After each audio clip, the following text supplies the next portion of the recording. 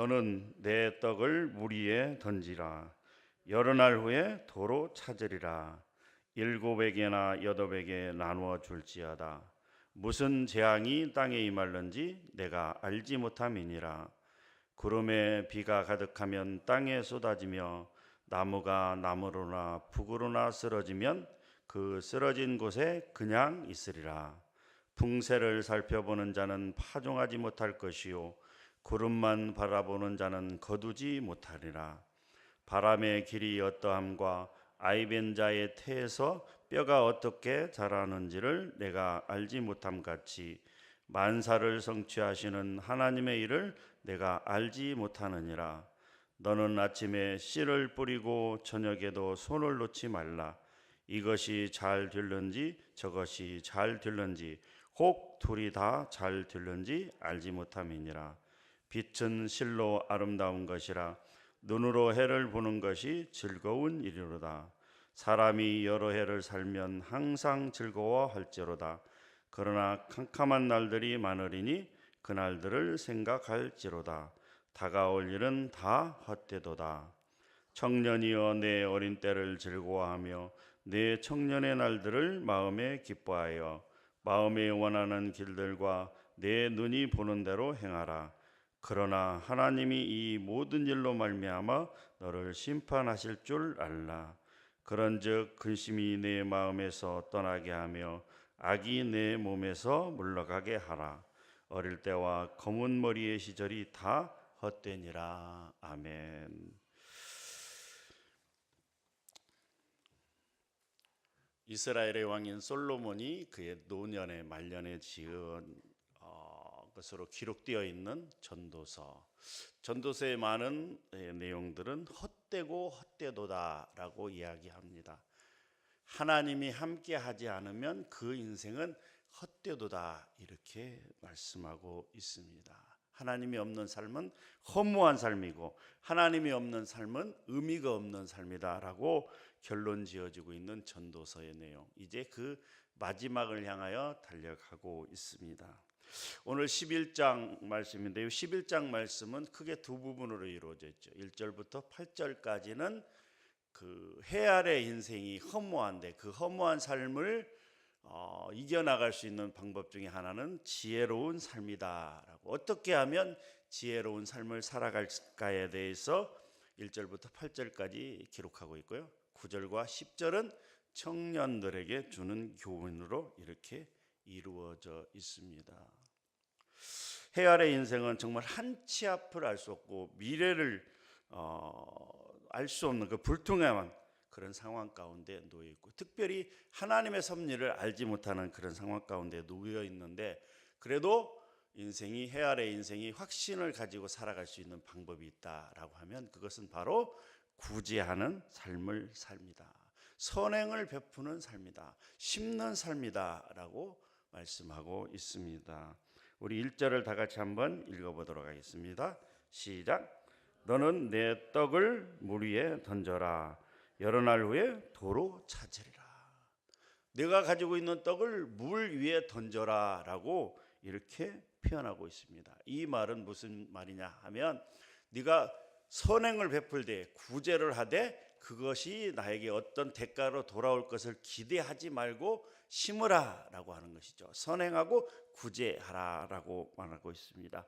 우리의 빵을 던지면 어떻게 되겠습니까? 그것이 다시 돌아올 일은 거의 없는 거죠. 왜요?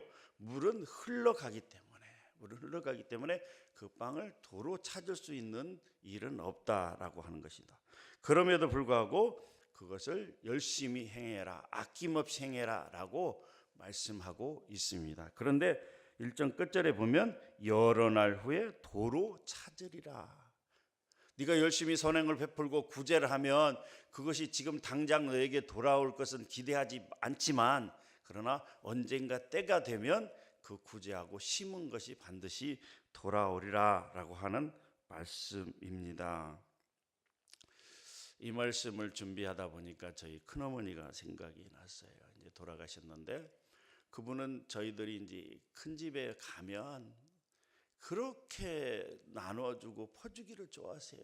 있는 모든 것들을 막 바리바리 싸주는 거예요.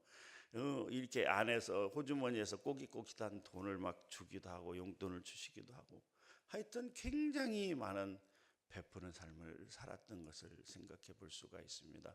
그 자녀들이 정말 엄청나게 크게 부자로 살진 않았지만 그래도 오형제 오남매가 정말 은혜로운 평안한 그런 삶을 살아가는 것을 보면서 그것이 그 어머니의 그 뿌린 구제하는 그런 삶이 아니었겠나 하는 생각을 해보게 되었습니다. 사람들 중에서는 특별히 이렇게 나눠주기를 좋아하는 사람들이 있는 것을 볼 수가 있습니다. 그런데 그분들의 삶을 가만히 보면 그분들이 당대에 거두지는 못할지라도 그 자녀들에게 엄청난 은혜가 되고 축복이 되는 것을 많은 사람들을 통해서 볼 수가 있었습니다. 꼭 어떤 대가를 바라고 남을 도와주고 구제하는 것은 아닙니다. 그런데 그 결과가 반드시 좋은 결과로 돌아오게 된다라고 하는 것이죠. 잠언 19장 17절 말씀, 가난한 자를 불쌍히 여기는 것은 여호와께 꾸어드리는 것이니 그의 선행을 그에게 갚아주시리라. 참 재미있는 말씀이에요. 우리가 어떤 대가를 바라진 않지만 누군가에게 열심히 나눠주고 그리고 구제하고 섬기는 삶을 살면 그것이 당장 우리에게 어떤 효과로 돌아오는 것은 아니지만 하나님은 그것을 꼭 기억하시고 반드시 갚아주신다라고 하는 것이죠. 우리가 가난한 자를 불쌍히 여기고 돕는 것은 여호와께 꾸어드리는 것이다 라고 하는 표현, 참 재미있는 표현이지만 하나님께서는 우리의 그 구제하는 마음, 그 마음, 선한 마음을 보시고 반드시 갚아주신다라고 하는 것이죠. 시편 112편 9절 말씀, 저가 재물을 흩어 빈궁한 자에게 주었으니 그 의가 영원히 있고 그 뿔이 영화로이 들리리로다 라고 말씀하고 있습니다. 사랑하는 성도 여러분, 우리가 할 수 있는 대로 열심히 나누고 그리고 돕고 구제하는 삶을 살아가야 되는 것입니다. 하나님도 말씀을 하셨어요. 내 이웃을 열심히 도와라. 내 이웃을 내 몸같이 섬기고 사랑하라 라고 말씀하고 있습니다. 콩 한 쪽도 나눈다라는 속담이 있는데요. 우리가 할 수 있는 대로 물질이 안 되면 기도로, 기도가 안 되면 시간으로 나누고 섬기고 봉사하고 구제하는 삶, 이것이 바로 성도의 마땅한 삶입니다. 이것이 바로 지혜로운 삶을 살아가는 비결이라고 하는 것이죠. 2절 말씀에 보게 되면 그런데 그 구제를 어떻게 해야 되느냐? 7에게나 8에게 나누어 줄지니라 라고 말씀하고 있습니다. 구제를 어떻게 해야 돼요? 최대한 할 수 있는 대로 해야 된다라고 하는 것이죠. 성경에 보면 이런 표현들이 있습니다. 둘이나 셋 혹은 넷이나 다섯 이런 표현들이 있는 것은 많으면 많을수록 좋다라고 하는 표현이죠. 7이라고 하는 표현은 성경에서 어떤 완전한 수를 의미합니다. 그러니까 7에게 나눠줄지라라고 하는 표현은 어떻게 해요? 할 수 있는 대로 최선을 다해서 모든 사람들에게 선행을 베풀고 구제하라라고 하는 건데 8이라고 하는 표현은 7을 넘어서는 더 완전한 수를 넘어서는 더 큰 넓은 표현을 얘기하고 있는 거죠. 그래서 구제를 행할 때 한 사람에 집중해서 하는 것이 아니고 정말 그 자기가 쓸 것을 남겨놓고 하는 것이 아니고 어떻게 해요? 먼저 구제하는 거, 이것이 지혜로운 삶이다라고 하는 것입니다. 최대한 할 수 있는 대로 하는 것, 이것이 구제의 삶, 지혜로운 삶이다라고 말씀하고 있습니다. 3절에 보게 되면 구름에 비가 가득하면 땅에 쏟아지며 라고 하는 표현이 있습니다. 우리가 그렇게 구제의 삶을 살다 보면 그 구제의 삶이 하나가 쌓이고 둘이 쌓이고 쌓이다 보면 어떻게 해요? 구름이 가득하면 비가 쏟아진다라고 하는 것처럼 구제를 열심히 베풀고 사랑을 베풀고 한다면 그것이 쌓여서 큰 은혜가 된다라고 하는 것이죠. 3절 후반부에 나무가 나무로나 붓으로나 쓰러지면 그 쓰러진 곳에 그냥 있다라고 하는 표현은 우리가 그 구제를 행하고 베푼 것이 없어진다라고 하는 것이 아니죠. 그대로 남아있다라고 하는 표현인 것입니다.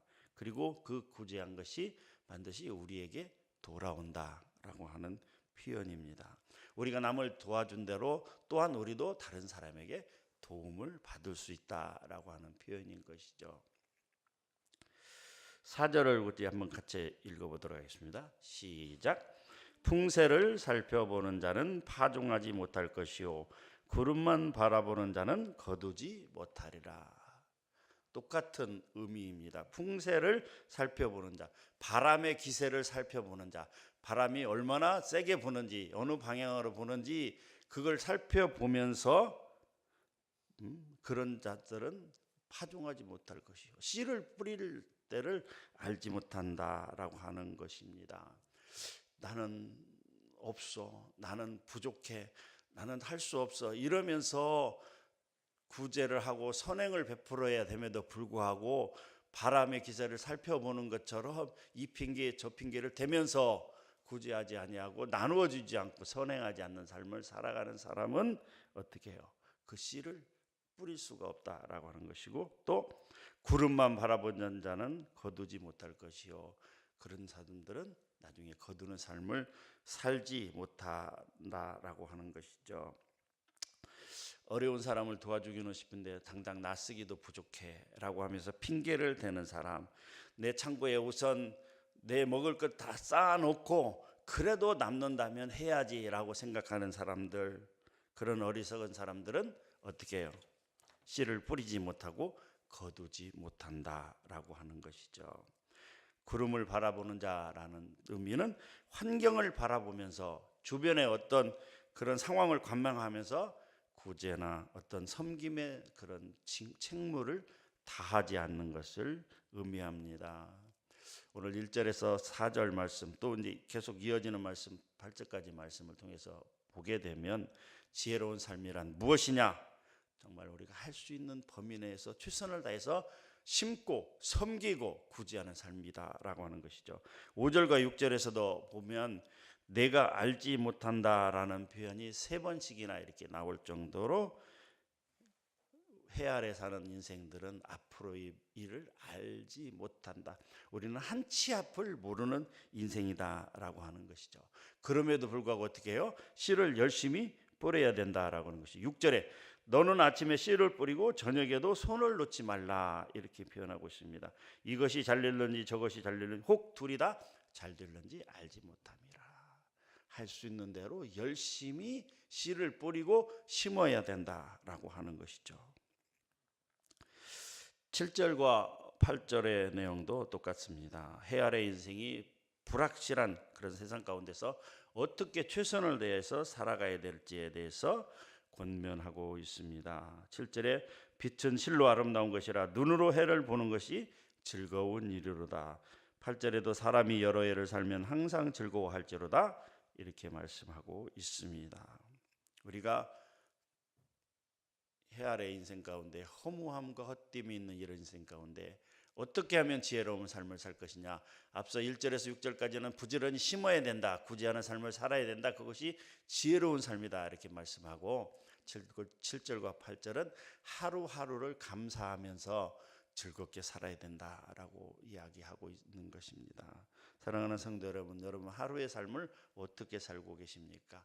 항상 하나님 앞에 감사하며 즐겁게 살고 계십니까? 아니면 근심과 걱정과 불안 이런 것들에 사로잡혀서 우중충한 얼굴로 우거지상을 쓰면서 하루를 살아가고 있습니까? 우리는 하루하루의 삶을 살 때 정말 감사와 기쁨 가운데 최선을 다하는, 그리고 심을 수 있는 대로 열심히 심으면서 사는 삶을 살아가야 된다라고 솔로몬은 이 말씀에서 강조를 하고 있습니다.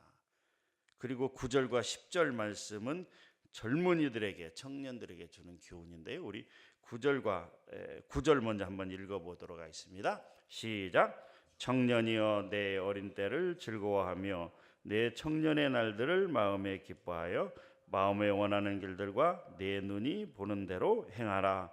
그러나 하나님이 이 모든 일로 말미암아 너를 심판하실 줄 알라. 아멘. 청년의 날이 참 소중한 날들입니다. 참 귀중한 날들이죠. 제가 돌아보니까 저의 삶 가운데서도 이 청년의 때가 얼마나 소중하고 귀한 것인지를 지금 새삼 느낄 수가 있습니다.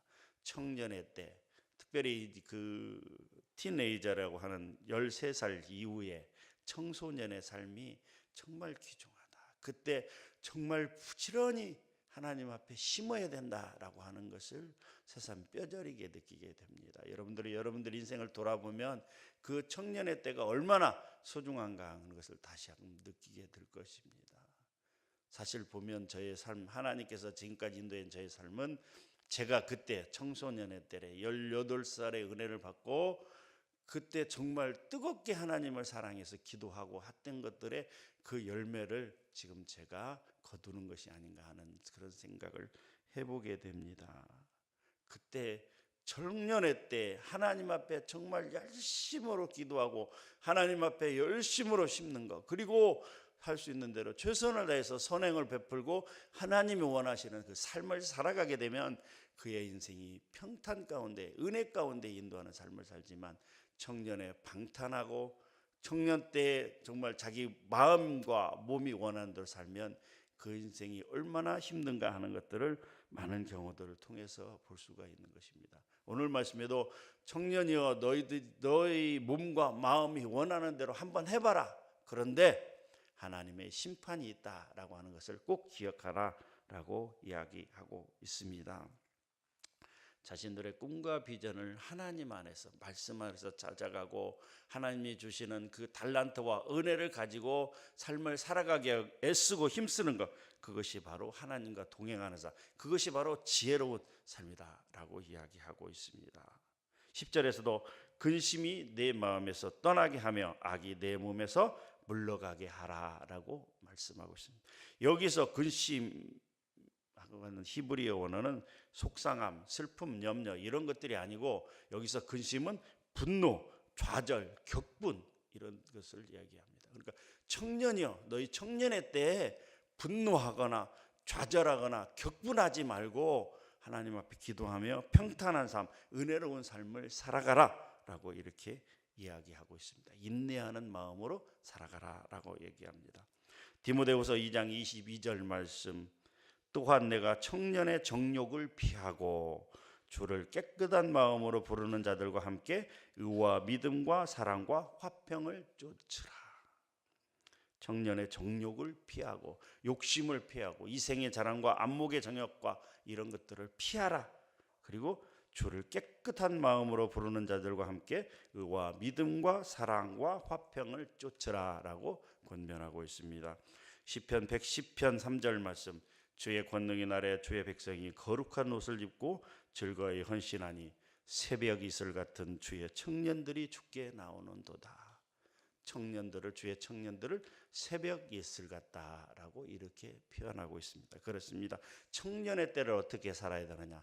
새벽 이슬처럼 맑고 깨끗하고 청순하게 그리고 순전하게 살아가야 된다라고 하는 것을 권면하고 있습니다. 오늘 말씀을 마치도록 하겠습니다. 사랑하는 성도 여러분, 이 해 아래 인생은 헛되고 헛될 수밖에 없습니다. 하나님이 함께하지 않는 인생은 헛되고 헛될 수밖에 없다라고 하는 것이죠. 그럼에도 불구하고 어떻게 살아가는 것이 정말 의미 있는 삶이고 지혜로운 삶이냐? 하나님 말씀에 순종하는 삶, 하나님과 함께하는 삶이 의미 있는 삶이고 순종하는 삶이고 지혜로운 삶이다. 그 하나님과 동행하는 가운데 할 수 있는 대로 구제하는 삶, 이것이 지혜로운 삶이다. 또 어떤 삶이 지혜로운 삶이냐? 하루하루를 감사하면서 즐거워하는 삶이 지혜로운 삶이다. 특별히 청년들이여 그런 지혜로운 삶을 살지어다라고 권면하고 있습니다. 오늘 또 이 말씀을 생각하면서 내가 어떻게 하면 오늘 하루를 하나님 앞에 지혜로운 삶을 살 것인지, 어떻게 하면 하나님과 동행하는 삶을 살 것인지, 어떻게 하면 감사와 기쁨 가운데 살 것인지를 생각하면서 말씀대로 나아가는 저와 여러분들이 되시기를 주님의 이름으로 간절히 부탁합니다. 하나님 감사합니다. 하나님 감사합니다. 하나님과 동행하지 않는 삶은 그것이 부귀영화를 누리고 온갖 모든 것을 누릴지라도 헛되고 헛되더라라고 솔로몬은 전도서에서 이야기하고 있습니다. 그렇습니다. 하나님이 없는 삶은 무의미한 삶이요 하나님과 함께하지 않는 삶은 헛되고 헛된 삶임을 또한 오늘 말씀을 통하여 확인하였습니다. 하나님과 동행하는 삶을 살아가는 가운데 열심히 씨를 뿌리고 베풀고 구제하는 삶을 살아갈 수 있도록 우리를 인도하여 주시옵소서. 아버지 하나님, 하루하루를 감사하며 즐거워하며 살아갈 수 있도록 우리를 인도하여 주시옵소서. 특별히 청년들에게 하나님 큰 말씀을 주셨사오니 아버지 하나님의 새벽 이슬처럼 깨끗하고 맑은 그런 삶을 살아갈 수 있도록 우리의 청년들을 붙잡아 주시고 인도하여 주시옵소서. 오늘도 이 말씀을 붙잡고 살아갈 수 있는 우리 모두가 되기를 간절히 바라옵고 살아계신 예수님의 이름으로 기도하옵나이다. 아멘.